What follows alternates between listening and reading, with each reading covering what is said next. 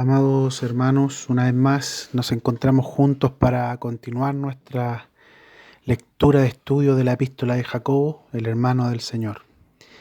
Antes de entrar a esta lectura de la carta, vamos a invocar al Señor y nos encomendaremos a Él. Así que ore, por favor. Hasta el momento hemos considerado diversos temas que nos encontramos en esta epístola y hoy, Dios mediante, continuaremos leyendo el capítulo 3 desde el versículo 1 al 12. Entonces, abramos nuestras Biblias en Jacobo o Santiago 3. Leeré la traducción Reina Valera de 1960, que así nos dice: Hermanos míos, no os hagáis maestros muchos de vosotros, sabiendo que recibiremos mayor condenación. Porque todos ofendemos muchas veces. Si alguno no ofende en palabra, este es varón perfecto, capaz también de refrenar todo el cuerpo. He aquí nosotros ponemos freno en la boca de los caballos para que nos obedezcan, y dirigimos así todo su cuerpo. Mirad también las naves, aún tan grandes y llevadas de impetuosos vientos, son gobernadas con un pequeño, muy pequeño timón, por donde el que las gobierna quiere. Así también la lengua es un miembro pequeño, pero se jacta de grandes cosas. He aquí cuán grande bosque enciende un pequeño fuego. Y la lengua es un fuego, un mundo de maldad.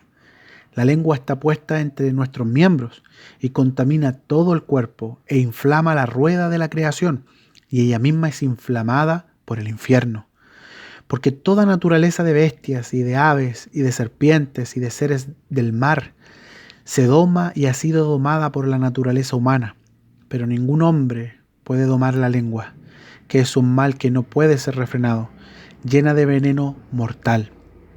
Con ella bendecimos al Dios y Padre, y con ella maldecimos a los hombres, que están hechos a la semejanza de Dios. De una misma boca proceden bendición y maldición. Hermanos míos, esto no debe ser así. ¿Acaso alguna fuente echa por una misma abertura agua dulce y amarga? Hermanos míos, ¿puede acaso la higuera producir aceitunas y la vid higos? Así también ninguna fuente puede dar agua salada y dulce. Todos los temas que Jacobo partió tocando en el capítulo 1, de alguna manera los va explicando con detalle en los capítulos siguientes. Por ejemplo, en el capítulo 1, versos 19 y 20, Jacobo da 3 consejos muy importantes y nos dice: por esto, mis amados hermanos, todo hombre sea pronto para oír, tardo para hablar, tardo para airarse, porque la ira del hombre no obra la justicia de Dios. Esto ya lo tocamos anteriormente, pero ahora nos encontramos nuevamente con algo relacionado al segundo consejo que Jacobo da: tardo para hablar. Y vemos que en esta pericopa Jacobo quiere tratar un asunto importantísimo delante del Señor y delante de los hermanos. Es un asunto que delante de Dios nos enfrenta a juicio por causa de lo que decimos delante de los hermanos. Ahora bien, cuando Jacobo les dice: no os hagáis maestros muchos de vosotros, les comunica una prohibición. El verbo hagáis, del griego inesté, Jacobo lo utiliza en el tiempo presente en modo imperativo usando la voz media. ¿Qué importa esto? Mis hermanos, al utilizar el presente imperativo y añadir la voz media, nos está diciendo que aquello que se prohíbe, que no se debe hacer, es algo que estaba ocurriendo entre los hermanos del tiempo de Jacobo y que debía detenerse de inmediato. Es decir, que había ciertos hombres que se paraban como si fuesen maestros para la iglesia sin tener temor de lo que enseñaban. Si usted lee 2 de Pedro capítulo 2 verso 1 en adelante y Judas capítulo 1 verso 3 en adelante, se dará cuenta que tanto Pedro como Judas, el otro hermano del Señor, hablan respecto a falsos maestros. Y en 2 de Timoteo capítulo 4 verso 3, Pablo también escribe mencionando a los tales, junto con redactar una epístola completa, Gálatas, en contra de las enseñanzas de los maestros judaizantes. También Juan, en Primera de Juan capítulo 2, versículo 22 y 23, capítulo 4, versos 2 y 3, y Segunda Epístola de Juan capítulo 1, verso 7, habla de falsas enseñanzas entre las gentes y entre los que profesaban el cristianismo. Lo que quiero decir con todo esto, o mejor dicho, hacerles notar, es que todas estas cosas ocurrieron en los tiempos donde estaban vivos los apóstoles, aquellos hombres de Dios que fueron conducidos por el Espíritu Santo a redactar estos santos textos. En el tiempo de aquellos que vieron con sus propios ojos y palparon con sus propias manos al que es el autor de la vida. Mientras ellos vivían, estas cosas comenzaron a ocurrir. Por lo tanto, ¿quién dice que estamos libres de caer en el error o el engaño si bajamos la guardia? ¿Quién nos asegura que estamos libres de enseñar cosas erradas? Mis hermanos, no lo estamos.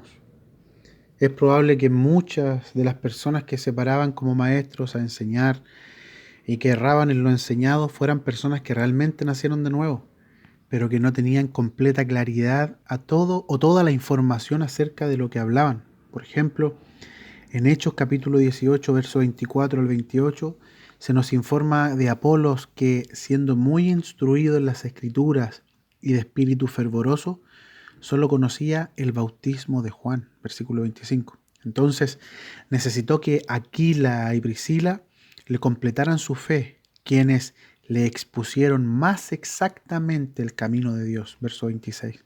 ¿Se da cuenta? Digo esto porque siempre que se habla de este tema, inmediatamente pensamos solo en los falsos maestros que, con un espíritu de engaño y que no han nacido de nuevo, se infiltran para engañar al pueblo del Señor, llevándolo en pos de herejías. De estos tenemos muchos ejemplos, los arrianos, los llamados gnósticos, los sabelianos, etc. También hoy tenemos otros movimientos así, como los del Ministerio Creciendo en Gracia, del hereje José Luis de Jesús Miranda, que afirmó ser Jesucristo hombre y el anticristo, o los raelianos, o los mismos judaizantes que se han metido en medio del pueblo angélico. Muchos movimientos como estos son los que concebimos al leer esto que Jacobo nos habla. No obstante, mis hermanos, también debemos considerar esto desde el punto de vista de la ignorancia, de la ingenuidad y de la negligencia. Personas que, siendo cristianos nacidos de nuevo, han sido negligentes y se han excedido o equivocado en su enseñanza. Porque tal vez, como hemos visto en capítulos anteriores, le dieron una importancia desmedida a las experiencias sin considerar las Escrituras, llegando así, sin querer, o quizá queriendo, no lo sé, solo el Señor ve esto, a extraviarse del camino y extraviar a los que los oyen. Es por esto que es importante poner atención a lo que Jacobo parte diciendo: hermanos míos, no os hagáis maestros muchos de vosotros, sabiendo que recibiremos mayor condenación. Jacobo les dice que se detengan de pretender ser maestros irresponsablemente. Los maestros, en el griego dáskaloi, tienen una influencia muy fuerte en el caminar de la iglesia, por lo que pararse a enseñar no es cosa liviana. A veces se piensa en la honra, entre comillas, del que enseña, pero Jacobo nos muestra más que la honra, la responsabilidad del que enseña. La palabra que se traduce como condenación en la Reina Valera 1960 es en griego krima y literalmente quiere decir juicio. En Hebreos capítulo 13, versículo 17, respecto a los pastores, se dice que estos darán cuenta por nuestras almas, mientras que aquí Jacobo nos dice que los maestros se enfrentarán a un juicio de mayor peso que el del resto de los hermanos. ¿Por qué es esto? Porque son responsables de enseñar a las almas que el Señor amó con su propia sangre. Hechos 20:28. La seriedad del juicio viene del infinito valor de la sangre de aquel que pagó por aquellos que puso al cuidado de pastores y maestros. Por lo tanto, pretender ser maestros en las iglesias locales es un asunto muy serio que pondrá un muy estricto estándar de juicio en el tribunal de Cristo, donde daremos cuentas todos los hijos de Dios. Ahora bien, creo que aquí es necesario hacer un énfasis en aquel que se sentará a juzgar. No es un hombre común y corriente, corrupto y sobornable, sino que se trata de Dios Hijo, quien se hizo carne. Su naturaleza y esencia son santísimas. Él mismo en su personalidad lo es. Aparte de esto, Él es justo e íntegro en sus juicios. Y también es omnisciente y omnipresente, siendo esta la razón por la que todo lo sabe, aún lo profundo de los corazones, lo que se oculta o intenta ocultar, todo lo sabe en detalle y de memoria, tanto así que no tiene necesidad que le digan cosa alguna, pero además, por estar en todo lugar y al mismo tiempo llenándolo todo, no solo sabe las cosas, sino que es el gran testigo de nuestras acciones, pensamientos e intenciones. Es pues ante Él que nos presentaremos. Jacobo está al tanto de las pretensiones de muchos, quizá ingenuas, sin malas intenciones, un deseo puro de querer enseñar a los otros, pero también está al tanto de aquellos que pretenden presentarse como maestros con malas y torcidas intenciones, deseando un lugar, sobresalir o torcer la fe. Entonces, tanto a unos como a otros les dice, deténganse ahora, porque darán cuenta de esto ante aquel Señor santo y justo. Mis hermanos, ¿qué advertencia les hace y qué advertencia más seria es esta? Los hermanos pueden vernos por fuera, pero el Señor delante del cual nos paramos a enseñar nos ve por dentro. Él ve lo que nadie puede ver y de eso daremos cuenta. Así es que Jacobo, sabiendo que habían muchos dándoselas de maestros, enseñando irresponsablemente, enseñando cosas que oyeron sin examinar, cosas cerradas o inventadas por ellos mismos, a esto les está diciendo, paren de guiar a la iglesia a sus enseñanzas, pues no son maestros. Paren ya. Se enfrentarán al riguroso juicio del Señor. ¡Qué serio! Mis hermanos, esto muestra la seriedad de la enseñanza en la iglesia del Señor. Y de igual manera nos empuja a prepararnos para enseñar la fe cristiana normal, a tener temor de entrar en especulaciones que puedan extraviar la fe de los santos o decir cosas que pretendan robarle la centralidad a Cristo. Jacobo nos advierte de juicio. Ahora bien, debemos hacer una pequeña digresión para evitar cualquier confusión respecto a esto. No vamos a entrar en detalles, pero dejaré algunos títulos para examinar al pie de la página. Usted, el que escucha, puede verlo en la transcripción publicada.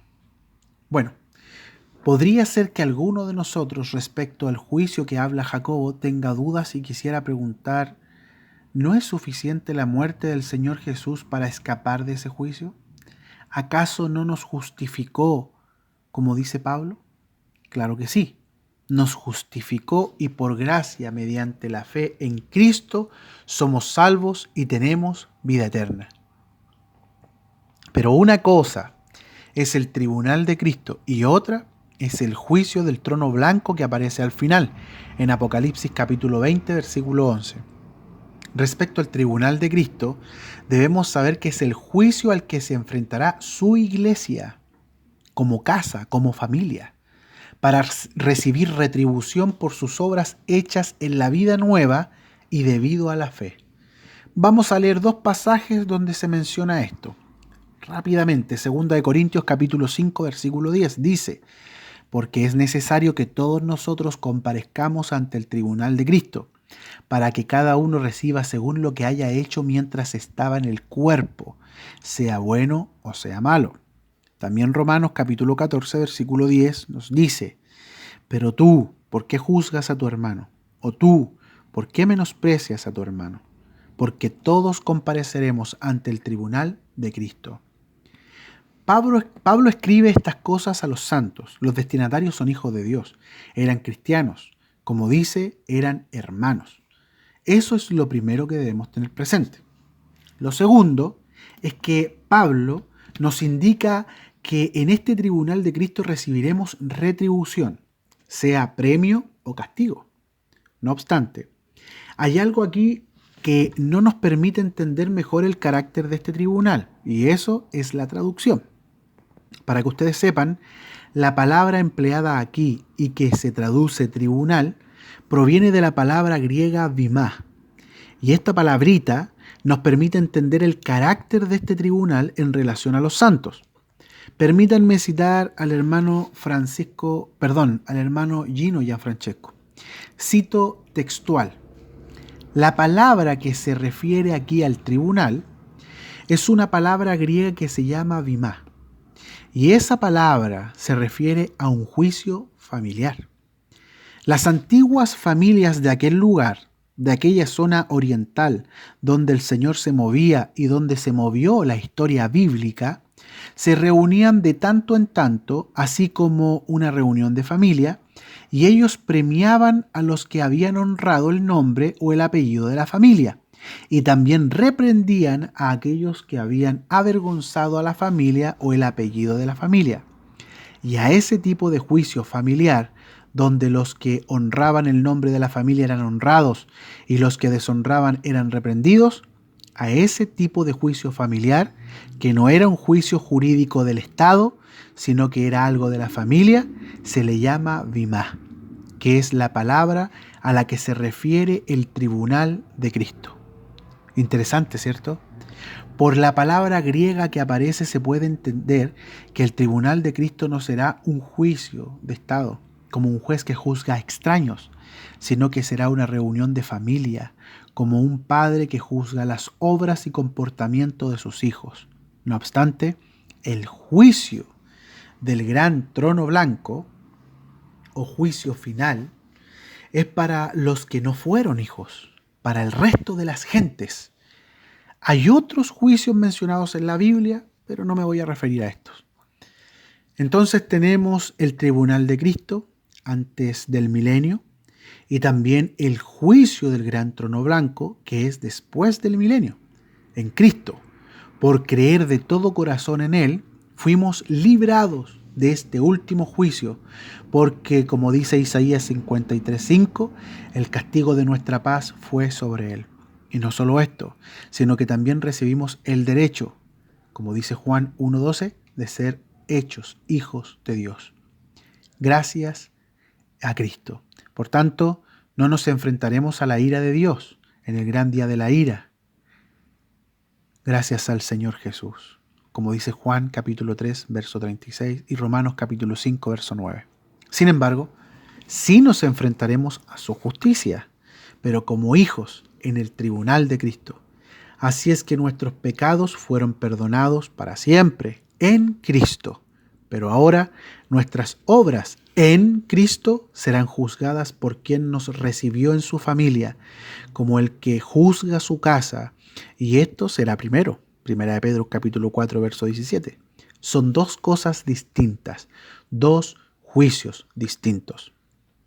Ahora, volviendo al tema, Jacobo llama la atención a la responsabilidad de los hermanos que enseñan en la iglesia y la rigurosidad del juicio que tendrían, según hemos visto, en el tribunal de Cristo. Nuestro Padre nos ama sin duda, pero nuestro Padre no solo es amoroso, sino que también es justo. Así que no pensemos de manera errada y liviana, no tengamos a Dios por negligente por causa del amor, pues su amor no tolera la iniquidad, sino que en su amor nos da provisión para vencerla, para perdonarla cuando de corazón se está arrepentido y para ayudarnos a caminar con Él. Es por esto que Jacobo llama a los que enseñan o quieren enseñar a temer, pues esa es la intención al mostrar el mayor juicio al que se expone el que enseña. La intención de Jacobo es que se tenga temor de Dios, porque a Dios se le debe temer, no solo amar. Temer cuando nos enfrentamos a su justicia y santidad, sabiendo que andamos torcidos, porque en su amor paternal no dejará que nos corrompamos, sino que, como Padre, nos disciplinará si es necesario. Hebreos capítulo 12, versos 5 al 8. Su justicia opera con su amor. Pues como dice Primera de Corintios, capítulo 13, el amor no se goza en la injusticia. ¿Se dan cuenta? O sea, podemos deducir que el amor no opera sin justicia. Así es que, si alguno quiere participar de este ministerio, sepa que tenemos una gran responsabilidad delante de Dios por aquello que enseñamos delante de los hombres. Así que debemos temer. ¿Y por qué debemos temer? Porque estamos en la presencia de Dios, que es santo y justo. Y es Él que encarga el cuidado de su casa a hombres, quienes darán cuenta. Por ende, debemos de tener cuidado con lo que enseñamos. Pero alguno dirá, ¿para qué tanto cuidado si tenemos al Espíritu Santo? Y es de este pensamiento que debemos cuidarnos. Mis hermanos, Jacobo continúa diciendo que porque todos ofendemos muchas veces, capítulo 3, verso 2, parte A. Jacobo utiliza el plural y de forma inclusiva dice ofendemos. Él no se excluye, él sabe que es falible, un hombre que ofende, y por eso dice ofendemos muchas veces. Él sabe lo que muchas veces ocurre, lo que muchas veces se dice. Él está constatando un hecho, como cuando Pablo constata que el pecado mora en mí. Romanos 7:17. Algunos podrían tomar este pasaje para decir que la epístola no es canónica, pues si Jacobo se incluye dentro de los que ofendemos muchas veces, entonces está diciendo de sí mismo que cae frecuentemente en su forma de hablar y puede haber errores en las palabras que dice. Mis hermanos, esto lo diré solo por causa de que este pensamiento puede presentarse. Todos los escritores, al igual que nosotros, portaban una naturaleza caída, como la que habla Pablo. Solo hay un hombre que no porta semejante naturaleza caída, y este es el Señor Jesús. Él tiene naturaleza humana, pero no la caída. Mientras que el resto de los hombres, incluidos los que escribieron estos santos textos, tenían una naturaleza caída en sus carnes. Entonces, alguno podría tomarse de esto y armarnos un silogismo, diciendo, el hombre es falible, el hombre escribió la Biblia es falible. Eso nos puede dejar confundidos y tristes si no entendemos que, siendo verdad que el hombre es falible, el hombre solo fue instrumento del Dios infalible e inerrante, el Dios todopoderoso, en el cual se halla la perfección inherente. Entonces, siendo el hombre falible y caído, fue usado por el Dios todopoderoso e infalible para escribir textos infalibles e inerrantes. ¿Se comprende? El énfasis, mis hermanos, no se halla en los hombres que escribieron, sino en Dios que guió a esos hombres. Por lo tanto, Jacobo puede escribir con verdad que es falible y que ofende muchas veces, pero al escribir en esta epístola lo hizo guiado por el Espíritu Santo, Dios Todopoderoso, no cometiendo error alguno. Así entendemos que sus limitadas capacidades no eran la energía o la fuente del contenido del texto, sino Dios, que usó el frágil vaso como Él quiso. Entonces, mis hermanos, si Jacobo ofendía muchas veces, ¿qué nos queda a nosotros? Jacobo tenía el Espíritu Santo, sin duda, pero no por eso debía bajar la guardia, sino que debía prepararse para que fuera el Espíritu Santo que tuviera en él material suficiente para usarlo. Es por esto que creo personalmente que el que más escribió fue Pablo por tener un mayor depósito disponible para el Espíritu Santo. Por ende, aunque tengamos el Espíritu, debemos estar conscientes de nuestras fragilidades y por lo tanto prepararnos, leer, proporcionar el material suficiente para que el Espíritu Santo pueda usar en nosotros, además de orar y depender de Él. Así es que debemos entender que no podemos llegar y enseñar. Incluso el que tenga un llamado del Señor al ministerio de la palabra, dado por Dios como maestro para su casa, incluso teniendo esa gracia, debe tener cuidado. No es llegar y abrir la boca. Luego de esto, considerando que podría haber alguno que piense que no ofende ni cae en palabra alguna, Jacobo le dice: si alguno no ofende en palabra, este es varón perfecto, capaz también de refrenar todo el cuerpo. ¿Saben? Solo hay un hombre que no ha ofendido en palabra y que ha sido varón perfecto. Y ese es nuestro Señor Jesús, Hijo de Dios, perfecto, infalible, inerrante e impecable. No ofendió de palabra, ni de hecho, ni de pensamiento. Ahora, ¿por qué Jacobo escribe esto si ha dicho que todos ofendemos de muchas maneras? Es común leer este pasaje con una mente evaluativa, buscando si somos perfectos o si encontramos a alguien perfecto que pueda controlar su hablar y así también todo su cuerpo. Pensamos que Jacobo intenta hacer que nos miremos a nosotros mismos o para el lado, buscando quién cumple esas características, pero no es así. ¿Cómo sabemos esto? Pues por lo que ya ha dicho anteriormente, todos ofendemos muchas veces. Jacobo ya constató que todos los que traemos esta genética adámica caemos de esa manera. Por ende, Jacobo está mostrándonos lo que somos en contraste con el que cómo deberíamos ser, como quien hace un contraste entre nosotros y Cristo. Jacobo sabe que no hay ninguno que no caiga en su hablar. Por eso constata que todos ofendemos muchas veces y de muchas maneras, incluyéndose entre todos. Aquel que no cae en sus palabras y que es varón perfecto, solo es el Señor Jesús. Así de simple. Luego, lo que sigue al texto es la influencia que tiene el hablar junto con mostrar lo peligroso que es la lengua irresponsable y las formas en las que muchas veces caemos. Jacobo nos dice: he aquí nosotros ponemos freno en la lengua de los caballos para que nos obedezcan y dirigimos así todo su cuerpo. Mirad también las naves, aunque tan grandes y llevadas de impetuosos vientos, son gobernadas con un pequeño timón por donde el que las gobierna quiere. Así también la lengua es un miembro pequeño, pero se jacta de grandes cosas. Aquí el hermano del Señor ocupa dos metáforas muy buenas. El primero es de un caballo al cual ponemos freno en la boca para que nos obedezca y poder dirigirlo. Y luego usa una nave grande para navegar en el mar, que son gobernadas con un pequeño timón, siendo llevadas o dirigidas por donde el timón quiere en virtud de un operador. Ahora bien, tanto el bozal del caballo como el timón del barco es una metáfora de la lengua. Y cuando hablamos de la lengua no se refiere literalmente al órgano, sino que es para referirse al hablar humano, a las palabras. ¿Se comprende?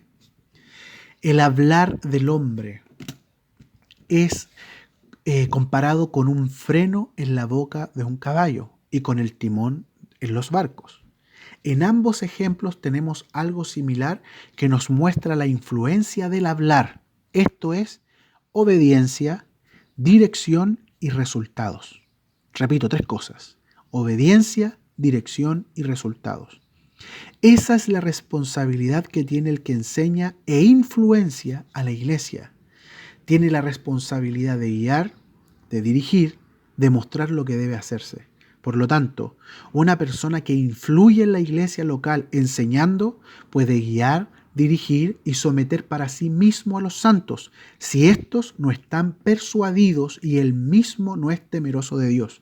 Podría llevar a la iglesia a correr o frenarse, o puede llevarla también a naufragar en el mundo. Es por esto que es muy importante la pluralidad en el servicio, tener compañeros para que puedan salir al encuentro en amor a aquel que se está extraviando. En Apocalipsis se mencionan dos oportunidades la palabra nicolaitas, Apocalipsis 2:6 y 2:15. Y en ambas oportunidades el Señor dice que Él aborrece las obras de estos. No se tiene claridad respecto a este movimiento, pero la etimología de esta palabra nos dice algo interesante. Nicolaitas proviene de las palabras griegas nikos, que quiere decir conquistador o dominador, y la palabra laos, que significa pueblo. es decir, conquistador del pueblo o dominador del pueblo. Una especie de élite que gobierna la iglesia llevándola por donde ellos o él quiere, exigiendo obediencia, llegando incluso a extraviar de la verdadera fe y obediencia a Dios a los santos. Esa es la influencia que puede tener el hablar, el enseñar, y ejemplo de esto tenemos muchos, aunque basta con el de la religión católico-romana, que llegó a decir que el único con autoridad apostólica para interpretar el texto es el Papa, y ha llevado a sus prosélitos al naufragio, extraviándolos de la verdadera fe, y nosotros no estamos libres de caer en esto. Así que debemos tener mucho cuidado. Si no sabes, calla. Luego investiga y ora. Cuídate de aprovecharte de la iglesia de Dios. Por lo tanto, cuida cómo manejas tu hablar y lo que enseñas, porque el hablar, la lengua, como le llama Jacobo, puede provocar muchas cosas. Así que el hablar es de mucho cuidado. Entonces, tenemos que la responsabilidad del que enseña es grande debido a la influencia que tiene en la iglesia local. Pero no solo esto, Jacobo también conoce los malos resultados del hablar irresponsable. Y respecto a esto nos dice, he aquí cuán grande bosque enciende un pequeño fuego. Y la lengua es un fuego, un mundo de maldad. La lengua está puesta entre nuestros miembros y contamina todo el cuerpo. E inflama la rueda de la creación y ella misma es inflamada por el infierno. Porque toda naturaleza de bestias, y de aves, y de serpientes, y de seres del mar, se doma y ha sido domada por la naturaleza humana. Pero ningún hombre puede domar la lengua, que es un mal que no puede ser refrenado, lleno de veneno mortal. Con ella bendecimos al Dios y Padre, y con ella maldecimos a los hombres, que están hechos a la semejanza de Dios. De una misma boca proceden bendición y maldición. Hermanos míos, esto no debe ser así. ¿Acaso alguna fuente hecha por una misma abertura agua dulce y amarga? Hermanos míos, ¿puede acaso la higuera producir aceitunas o la vid higos? Así también ninguna fuente puede dar agua salada y dulce. Capítulo 3, versos 5, parte B al 12. El hablar descuidado es semejante a un fuego. Las comparaciones de Jacobo son notables. Son exageradas, hipérboles, para dejar en claro lo que ocurre y o puede llegar a ocurrir. Una lengua descuidada puede llegar a armar grandes problemas, como los que puede ocasionar un pequeño fuego en un bosque. ¿Recuerdan ustedes lo que ocurrió el año pasado en la región de Valparaíso? Año 2019, si no me equivoco. Miles de familias perdieron todo. Todo esto partió con un pequeño fuego. La catástrofe fue terrible. Movilizó a todo el país. Un incendio trae ruina, pérdida. Un bosque quemado trae pérdida. De la misma manera, el hablar irresponsable puede traer grande pérdida a la iglesia local.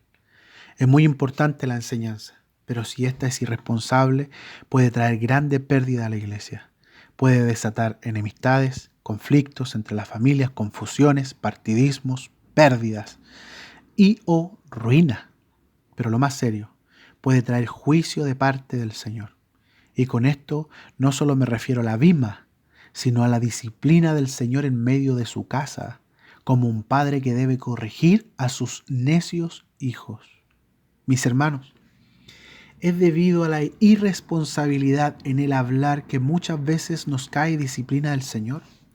Esto fue una lección que el Señor le dio al pueblo de Israel en el desierto, con María o Miriam, hermana de Moisés. En el capítulo 12 de Números se registra que María y Aarón hablaron mal, murmuraron de Moisés, y debido a esto, el Señor disciplinó a María con lepra durante 7 días. Esto no es una alegoría, es historia. Eso es lo que Dios hizo con alguien de la familia de Moisés, que profetizaba en medio del pueblo y que habló mal. Ese es el comportamiento de Dios ante la murmuración y mal hablar de aquellos que tienen una responsabilidad en medio de su casa. Permítanme contarles la experiencia de una hermana, esposa de un hermano que enseña las Escrituras. Resulta que un hermano se enfermó y comenzó a sufrir de crisis de pánico. La hermana y su esposo fueron a visitar al hermano enfermo. Ellos son muy amigos del hermano y su familia. En medio de la visita, mientras conversaban y a modo de broma, la hermana le dijo, sonriendo al hermano enfermo, que ella pensaba que él era muy delicado y débil de mente, que incluso no le creía aquella enfermedad. ¡Ay, la lengua! ¿Saben lo que pasó 2 meses después? La hermana cayó enferma de lo mismo y estuvo 3 años así. Cuando recién se enfermó, el espíritu trajo a su memoria las palabras que le había dicho el hermano. Así que ella, muy angustiada, le pidió a su esposo que la llevara a la casa del hermano, pues ella necesitaba hablar con él. Cuando lo vio, lo abrazó y le pidió perdón por sus apresuradas y necias palabras, aunque hubiera sido una broma. El hermano lloró con ella y la perdonó, pero la disciplina quedó durante 3 años. Como esta, hay muchas experiencias de otros hermanos. Cuidado con las palabras. Jacobo nos muestra la seriedad del asunto y nos pide no subestimar el poder influenciador de las palabras, pues éstas pueden llegar a encender el mundo mediante la energía que le puede proveer el mismo infierno. ¿Se da cuenta? Este es el poder de las palabras.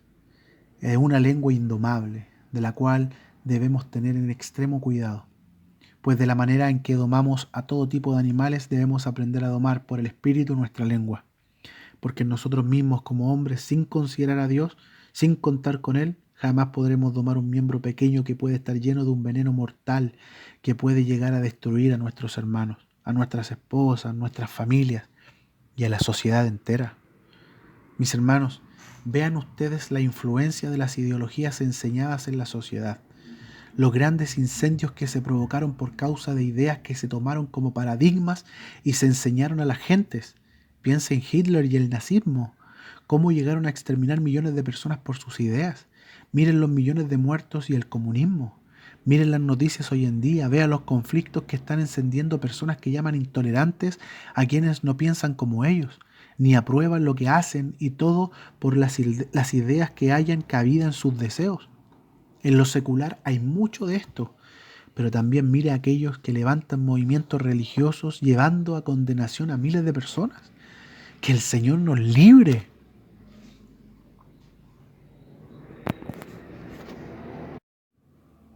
Que nos ayude el Señor a refrenar la lengua, refrenar nuestro hablar irresponsable. La palabra refrenar quiere decir moverse, pero con un freno puesto, pues no se trata de callarnos y ser mudos, sino que vamos caminando con cuidado, hablando y enseñando con cuidado, hablar después de entender bien lo que vamos a enseñar, no ser irresponsables. Jacobo muestra la forma más común en que caemos y nos dice que con nuestra lengua bendecimos a Dios y al mismo tiempo maldecimos a los hombres, hechos a su semejanza. Esta dualidad, que es hipocresía, no puede aprobarse entre nosotros. Debemos apartar nuestra boca para el Señor. Lo que salga de ella tiene mucha responsabilidad. Es lo primero que evalúa la gente.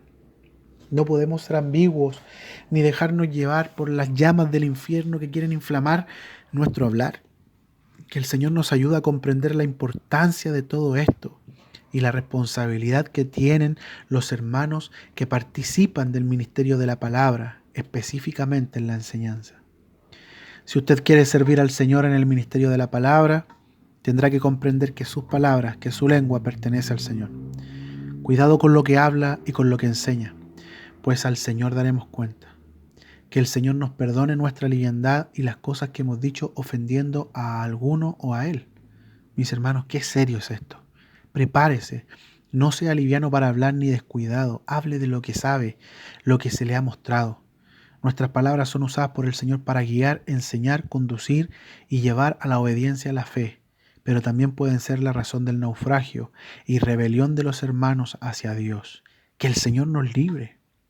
Y, por último, esto no solo aplica, y está obvio en todo lo que hemos compartido, a los ministerios de la palabra, sino que cada uno de nosotros, cada santo, cada hermano o hermana, tiene que tener cuidado con su hablar, porque siempre estamos enseñando.